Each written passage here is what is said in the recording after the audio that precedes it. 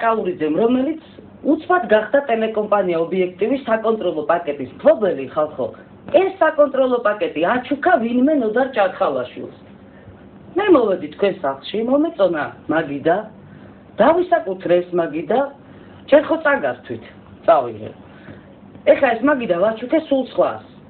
და ეხლა იმ სხვამ რა გააკეთა ამას გიყვებით. ეს სხვა უკვე ნოდარ ჭარხალაშვილი გახლავთ კომუნიკაციების მარეგულირებელი კომისიის წევრის სოფიო ბრიტანჩუკის მეუღლე. ხომ მინდა მივაქციოთ ყურადღება კომუნიკაციების მარეგულირებელი კომისიის წევრის მეუღლეზე გაფორმებული იყო ჩვენი ტელევიზიის საკონტროლო პაკეტის 50%. რა არის ეს? ნეპოტიზმია მხოლოდ?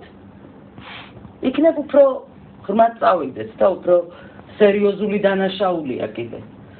ამის შემდეგ ნოდარ ჭარხალაშვილი სოფიო ბრიტანჩუკის მეუღლე ჩვენს კუთვნილ ტელეარხს ჩუქნის ვინმე გურამ კვირიკაშვილს. ესეც ახალგაზრდა კაცია, რომელიც თბილისში ცხოვრობს ასევე. და ბოლოს გურამ კვირიკაშვილმა კომუნიკაციების მარეგულირებელი კომისიის ერთ-ერთ სხდომაზე ჩვენი კუთვნილი ლიცენზია აჩუქა სახელმწიფოს. მე წავიღე ეს მაგიდა, ვაჩუქე სხვას, მერე კიდე ის სხვა საჩუქა და ამან სახელმწიფოს შეწირა. ხა ჩვენ მთელი ამ წლების მანძილზე საქმე მიყვარდა ორი მიმართულებით. ეს არის ერთი სამართლებრივი გზა ჩვენ რა თქმა უნდა სასამართლოს მიმართ. ეს შეწირვა როდის მოხდა? ეს მოხდა 2008 წელს. მანამ რამდენი ხანი იყო ლიცენზია? მეორე სამოქალაქო პროტესტის ფორმა, რაშიც აქტიურად ვიყავით ჩვენ ჩართულები და ამ პროტესტს ჩვენ ვაფიქსირებდით, როგორც მარეგულირებელ კომისიასთან, ისე ტელეკომპანია ალანიასთან. აი ხა როგორ ჩდება ტელეკომპანია ალანია ამ ისტორიაში.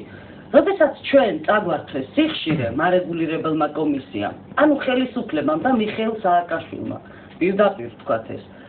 ჩვენს კუთვნილ სიხშირეზე პირდაპირ დასვეს ტელეკომპანია ალანია, რომელიც იყო და არის უშიშროების სამსახურის სტრუქტურის კუთვნილი ტელევიზია. მე მინდა აქვე ხაზი გაუსვა ერთ მომენტს, რომ ჩვენ იდეასთან თვითონ ამ ტელევიზიის იდეასთან პრინციპში საწინააღმდეგო არ აგვაქვს არაფერი. ის დატვირთვა და ის ფუნქცია რო შეესრულებინა, რაც დიდო ამ პროექტში. მაგრამ სინამდვილეში ამ ტელევიზიამ ეხლა აღარ შეიძლება განვავითაროთ ეს თემა, არა, მაგრამ ოსი და ქართველი ხალხი გადაკიდა ერთმანეთს რა. იმის ნაცვლად რომ დაეახლოვებინათ ერთმანეთთან. და გაამწვავა ეს კონფლიქტი უფრო აგვისტოს დღეებში და ჩვენ ვიცით რა PR კამპანიაც აწარმოა. მოკლედ ჩვენს კუთვნილ სიხშირეზე 35 დეციმეტრულ სიხშირეზე ერთშენიერ დღეს დასვეს ტელეკომპანია ალანია. და თქვენ წარმოიდგინეთ მაესტროს, აი ტელევიზიას, რომლის სტუმრების დღეს ჩვენ ვართ, რამდენი სირთულე შეუქმნა ამ ხელისუფლებამ იმისათვის, რომ მიიღო თანამგზავრული მაუწყებლობის ლიცენზია.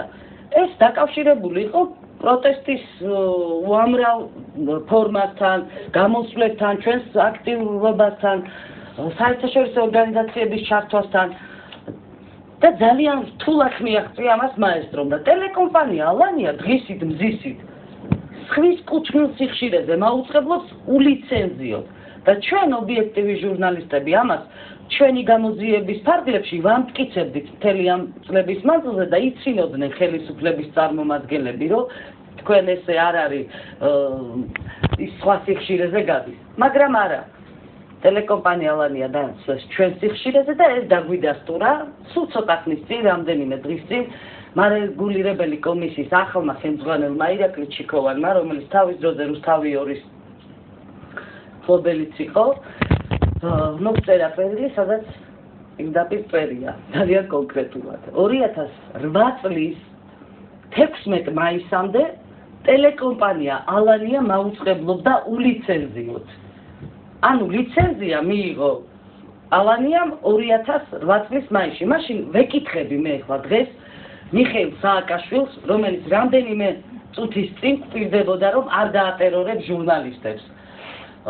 როგორ მოხდა, რომ მარეგულირებელმა კომისიამ დაუშვა ესეთი ვითარება, რომ ულიცენზიოდ გადიოდა არხი ეთერში. მიხეილ სააკაშვილის გარდა ეს მეკითხა მარეგულირებულ კომისიას, რომ ეს მარეგულირებულ კომისიას, ეს არის პირდაპირ მაგრამ ის ხო ამას თვითნებურად არ აკეთებს. და ამ დანაშაულის გამო მე ბევრჯერ მithქვამს და ეხლაც ვიმეორებ. არ ვართ ჩვენი მისი მომხრე, რომ მოვექცეთ ადამიანებს ისე ხელისუფლების და პოლიტიკური რეალობის შეცვლის შემდეგაც, როგორც ჩვენ მოგვექცნენ ვარდების რევოლუციონერები პირიქით, ჩვენ უნდა შევასრულოთ იმ პერიოდშიც შემრიგებლური როლი, ჩვენ უნდა შევასრულოთ ადამიანების გარიყვის, გაგდების, მოძირკვის და განადგურების როლი კი არა, პირიქით. ეს ფუნქცია ჩვენ უნდა გქონდეს აუცილებლად. რაც ჩვენ გადავიტანეთ ის რეპრესიები, ის ზეწოლა, ის გარიყვა, ის იგნორირება, ჩვენ იგივენაირად აღარ უნდა მოვიქცეთ არასდროს. მაგრამ პასუხის გამცემი ვინ არის? მაგრამ უნდა ითქვას პირდაპირ, იქ სადაც არის სისხლის სამართლის დანაშაული. ისე როგორც ტელეკომპანია ობიექტივთან მიმართებაში. აქ პასუხს აგებს მეგობრებო ყველა და მე მინდა ახლა მიმართო მარეგულირებელი კომისიის იმ წევრებს, რომლებიც ამ ფუნქციას ასრულებდნენ 2009 წლიდან დღემდე. თითოეულ თქვენგანს მოუწევს პასუხის გება, ეს უკვე ჩვენზე აღარ იქნება დამოკიდებული. მოსამართლე ლომიძესაც ნომინალურად. მათ შორის მოსამართლე მერაბ ლომიძესაც, რომელმაც გუშინ ჩაატარა სრულიად მოულოდნელად თავარის ხდომა და პირდაპირ გითხრა უარი ლიცენზიის აღდგენაზე და დაბრუნებაზე ობიექტივს, ჩვენს მხარეს. და არ დაგვთო უფლება ობიექტივის ჟურნალისტები შესულიყავით პროცესში მესამე მხარეს. და ჩვენ ამ სასამართლო პროცესზე ვნახეთ, რადგან ვითისხდნენ ერთად ახალი მფლობელი ტელეკომპანია ობიექტივი და მარეგულირებელი კომისია. თქვენ კიდე ხართ თანამფლობელები ამ სინამდვილეში ვითარება არის ისეთი, რომ 40%-ის მფლობელები დღესაც არის ჟურნალისტთა კავშირ ობიექტივის წევრი. ანუ თქვენ. ანუ ჩვენ. ასე ვთქვა. თუმცა ვინას ეკითხებათ? ჩვენ არავინ არაფერს გვეკითხება. თქვენ რო ითხოვდით, როგორც ხარი, ამის საფუძველზე ითხოვდით, არა მე? ჩვენ ძალიან ბევრი ფაქტორის საფუძველზე ვთხოვდით, დოკუმენტები, ჩვენი დღეს ამ კვირიკაშვილმა ბოლო მფლობელმა 60% ჩაიწერა. წილის 60% მეკუთვნის მეო ისე რომ არავის არაფერი არ კითხა. არც პარტნიორს, არც თანამშრომლებს. ანუ 4 საქმე მიდის სასამართლოში ტელეკომპანია ობიექტივთან დაკავშირებით და ძალიან ნიშანდობლივია ის ფაქტი, რომ მთელი ამ წართმეული ქონების გადაფორმებას ეს ხელისუფლება ახდენდა სანოტარო ბიუროში გინტური, რომელიც კოსტავას ქუჩაზე მდებარეობს და ქალბატონი გინტური ხელმძღვანელობს, მას ეთყობა შინაგან საქმეთა სამინისტროს პაგონებით აქვს დამშვენებული ხრები ამ ქალბატონს და მთელი წართმეული ქონება თელი ქონება, რომელიც გაправდა ამ სანოტარო კანტორაში, მინდა სანოტარო ბიუროს მივმართო, აღდგება სამართლიანობა ამ ქვეყანაში და კვლავ დაუბრუნდება მესაკუთრეებს, ამიტომ ქალბატონო გინტურო, გირჩევთ, რომ თქვენ გაქვთ კიდე ალბათ შანსი გამოასწოროთ ეს ვითარება, შეაჩეროთ მაინც პროცესი უკანონო ქონების გადაფორმების და წართმევის და ამისი დაკანონების, იმიტომ რომ ესეც არის სისხლის სამართლის დანაშაული და ჩვენ შეიძლება მორალურად ერთმანეთს რაღაცები ვაპატიოთ, მაგრამ კანონის წინაშე ყველა დამნაშავე აგებს პასუხს.